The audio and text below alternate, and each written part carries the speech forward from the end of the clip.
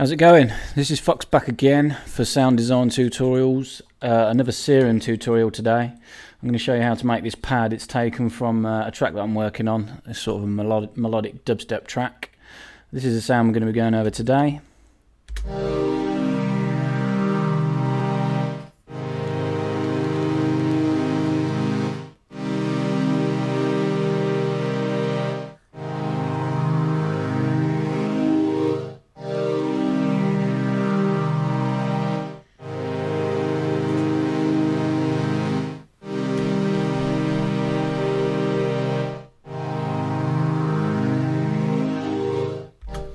Okay, there you have it. I'm just going to say a couple of things quickly I've never gone over before when making pads. Pads often involve a lot of modulation to give it that nice moving feel that you get inside a pad. Each pad is specifically made, in my eyes, to fit the track you're working on. Therefore, this is an 8-bar loop. I generally build things in 8-bar loops. One LFO I've got is set to 8 bars. Another LFO I've got is set to 4 bars, which means it's going to peak every 2 bars and then come back down every 2 bars.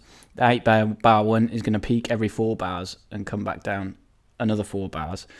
You really need to work out how long your chords are going to be. I mean, mine, that's the sub I'm looking at, sorry. My chords for this are just 3-note chords and they're 2 bars long. That's why the 4-bar and the 8-bar modulations with the LFO suit this down to a T. So the LFO 1 is going to be peaking around about here, halfway through 4 bars, and it's going to come back down. So you get a nice constant movement throughout the 8-bar loop. If you're doing chords that are a lot longer, you might want to change these modulations to suit, but that's how I always do it. I say each pad generally is designed specifically to its own track. So if you're making this for yourself, play around with the length of the modulations. You can change it to suit whatever you're doing. But for you, I'll play it again quickly before we go over it.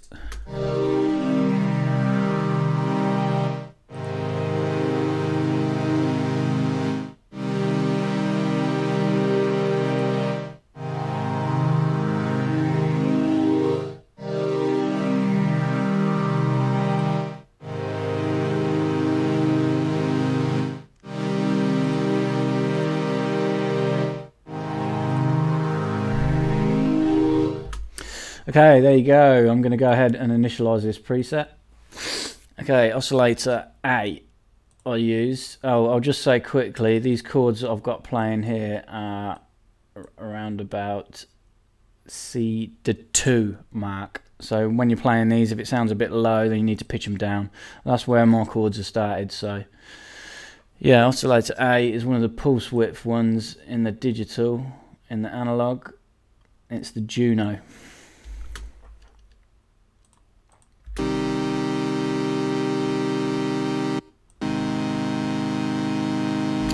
Semitone octave fine, all on naught, how it comes as standard. I had 16 voices unison on this. Detune around about 10 o'clock. I tried to detune a bit higher up on this and it started to make it distort, sound a bit white noisy. You listen.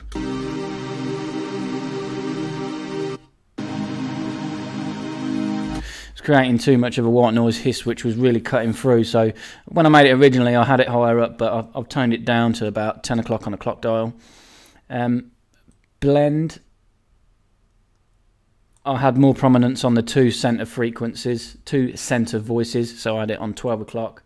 And the phase I had starting around 120. Random on maximum, which means the voices are going to start at different points every time.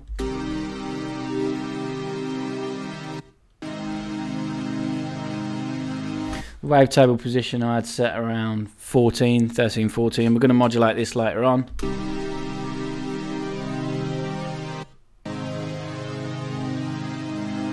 The wavetable position on these pulse width mod wavetables just gives you control over the pulse width. If you look at it, it's just sweeping through the pulse width. See this diagonal line? You can see it getting closer together, which gives us that more high pitched sound.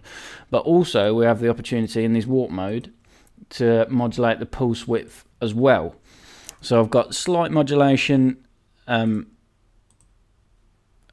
drastic modulation on the pulse width with an LFO later on, and also on the pulse width mod. Two sorts of pulse width gives it a nice sort of squelchy feel. Real nice, two different sorts of modulation for this sort of pad. The starting position for this was a lot lower. It was around about 95% for the pulse width.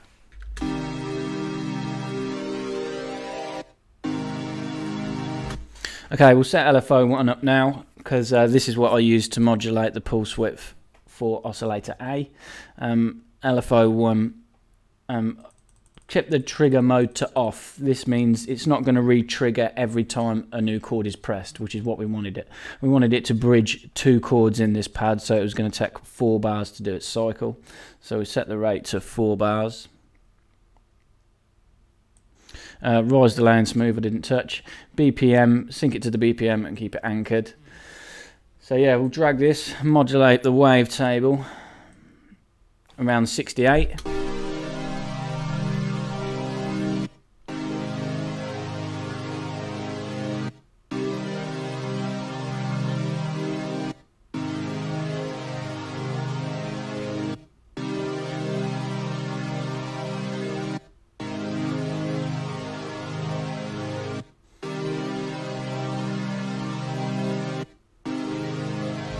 I've got that on 2 bars, we want it on 4 bars.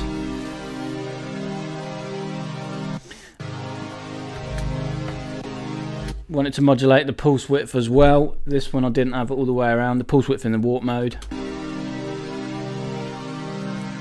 2 conflicting pulse widths give it a totally different character. I'll pull this out and then I'll push it in so you can hear it.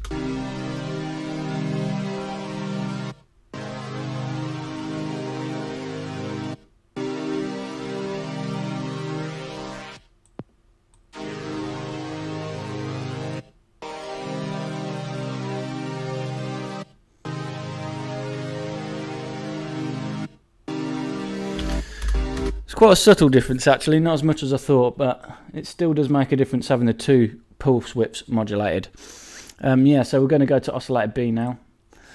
This one was a digital one, another analog one again I think. BS2, a subby saw. It's sort of a saw wave mixed with a square wave and a sine wave. If you look at the table, the square and the sine wave are giving it the sub effect, and then you've got this sawtoothy sort of ping at the end. Lovely waveform. The wavetable position I had pretty much dead center, around 130. Just one voice of unison. Detune doesn't make any difference, or the blend, because we're not doing any unison. The octave on 0. This is giving us the low end to the pad. I'll solo it.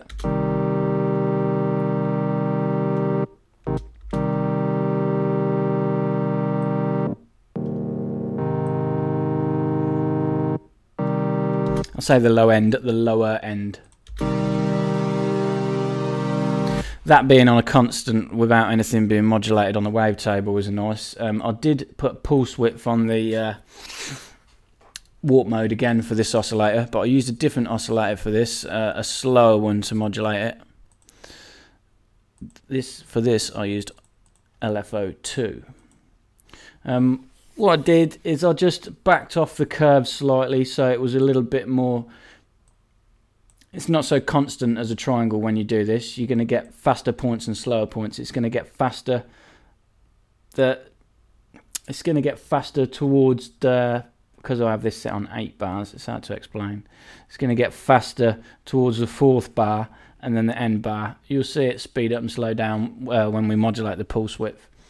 So yeah, for LFO2, drag it to the pulse width.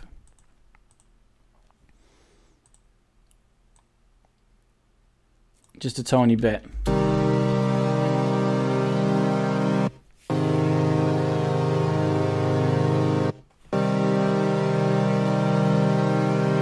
I did have it on the wavetable position as well, more mistake. So drag it, drop it to the wavetable position. I did this negative all the way down to 0.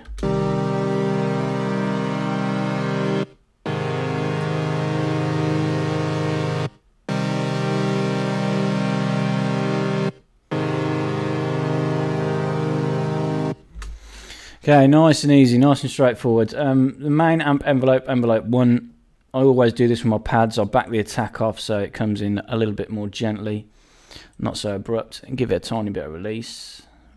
Around 290 milliseconds of release, 290, 250, something like that.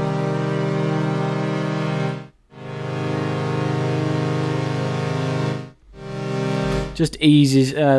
Envelope 1 is set to the master amp, which is volume. It just eases the volume in, so it's not such an abrupt start on your start of your chords.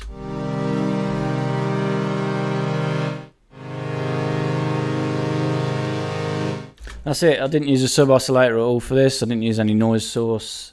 The filter that I chose was a phasing filter. It's in the flanges sections. It's the phase 48L6. Turn it on. We had both A and B. Make sure both of these are checked so that oscillator A and B are routed into the filter. I push the cutoff round starting position of about 8,000 Hertz. So sort of the mids, high mids. You're not going to see it doing anything at the minute until you introduce this high pass frequency. It starts to define what sort of shape you want the phasing effect to be. The resonance increases the depth, the peaks and the troughs, and the drive increases the volume. Bear with me a sec.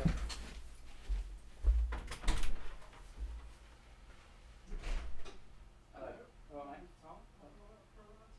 Oh yeah. I'm good, thank you. We're just in the area, then people know about something like some Christmas stars. Okay. Yeah, you might be interested. I'm too busy to do anything like that with work, unfortunately. I've got my wife and a young child, so unfortunately I don't think so, no. Okay, no worries. Thanks for your help. Have a great day. Cheers, bye. Fucking.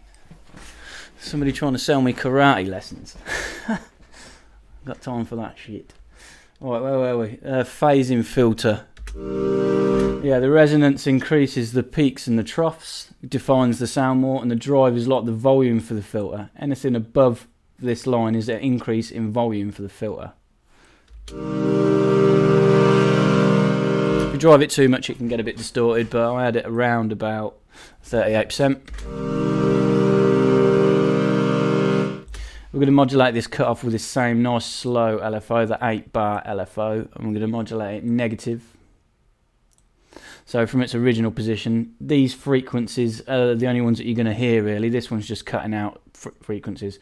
But these peaks and troughs here from sort of the high mids to mids, when they're sweeping down, this is what's going to give it that phasing effect.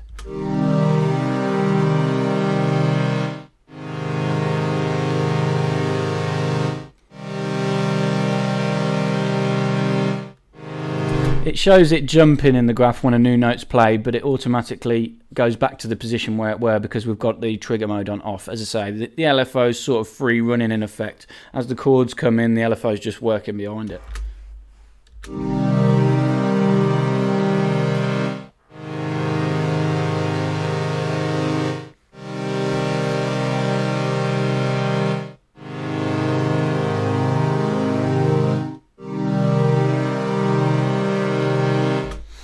Okay, that's it for the basic oscillator section. Nice and easy. Well, I say it's nice and easy. It's just two basic LFOs, no crazy LFO shapes.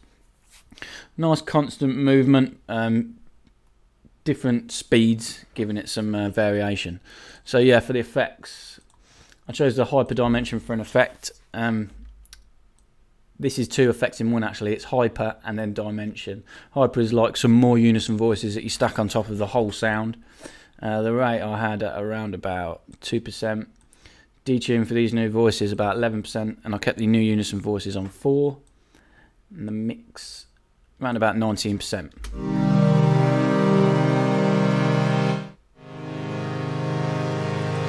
Sorry if that's been clipping before, my bad.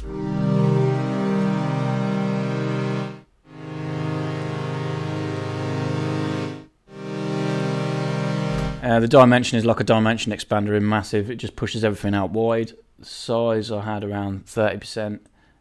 Mix around the same.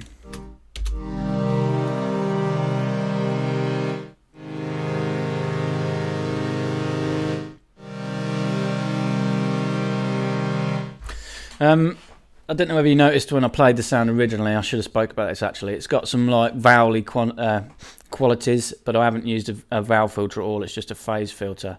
One way of doing this is all a vowel filter is an EQ highlighting certain points in the spectrum, boosting certain points in the spectrum, and then sweeping them through to create that sort of voxy sort of mouthy sound. Now I have achieved this by using an EQ So we'll click the EQ, turn it on, keep it in this order. You want the hyper first, then the EQ. How I did this, I chose both parts of the filter to be a peak. I'll set the two peaks up where I want them to start with, and then we're going to modulate the frequencies of both so that they sweep back and forward using that nice slow LFO. So yeah, the frequency for the low pass filter, not low pass, the low peak, I had around 4,500 Hertz, something like that. You can play with these to suit how you wanted, but these were the sort of frequencies that I wanted it to attenuate. The Q I had on 60%, and the gain boosted around to about 7.8 dB. You can see this little peak coming up. You don't want to go too crazy, otherwise you're going to get some real bad problem frequencies that you're going to end up EQing out later on. Between 5 and 7 dBs is perfectly enough for what we're doing today. For the high peaking filter, the frequency I had to about 5,500 Hertz. Q around about the same, sort of keep it quite narrowish, and the gain pretty much the same. I had this one exactly the same actually, 6.9. You can see those two peaks looking virtually identical. Now we're going to modulate the two frequencies together so that they sweep and move together in unison. We're going to use this same slow LFO, drag it to the frequency of both these filter peaks. For the first one, we want it to go negative. We want them both to go negative so that they go the same way. We want this to go around to about -36. Around about -46 for the first one. So this slow LFO now is going to move these two peaks, which are attenuating circumference frequencies, back and forwards nice and slowly.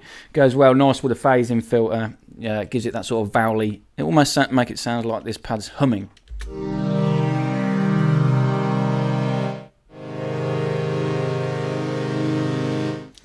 Especially when they get to the lower end, it really sort of does. It makes it sound like a person humming.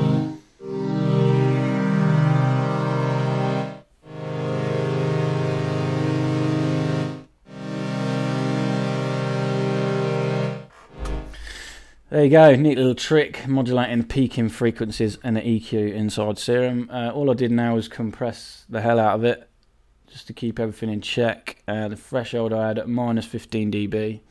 Ratio where it comes as standard on 4/1. I had quite a snappy attack, 30 milliseconds. Release where it is as standard, and the gain round to about 7.9. You can see quite a lot of gain reduction.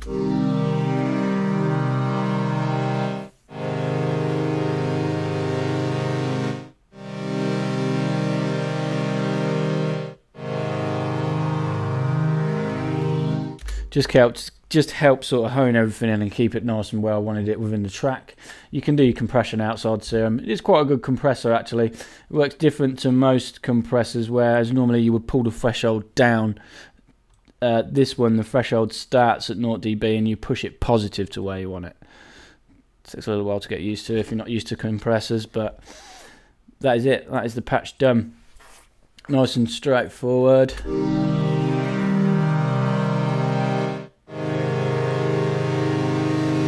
Play it along with this sub in this little bit and everything else in the track.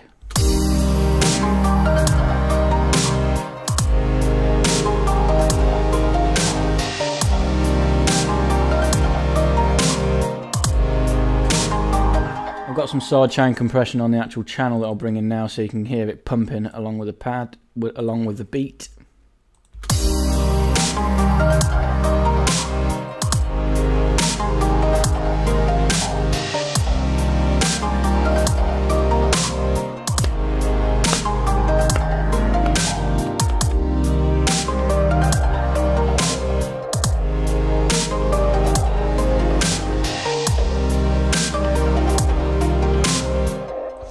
There you have it, nice sort of humming warm pad. I am working on a bank of pads for Serum. I am going to be releasing it. I don't know where yet. I might see if I can do it through ADSR when it's finished.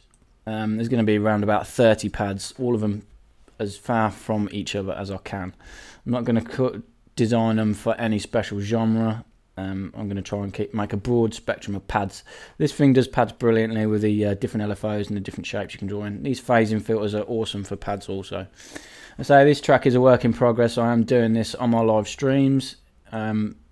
If you want to watch me doing my live streams where I make pads and all the other sounds that go in my tracks, best thing to do is sign up to one of my social media things, whether it's Facebook or Google+. There'll be a link in the description. And Twitter also. When I do these streams, it's just random really, whenever I get time. But yeah, you really need to sign up to my Facebook, Google+, or Twitter if you want to get involved with the streams. Okay, thanks for watching. Cheers.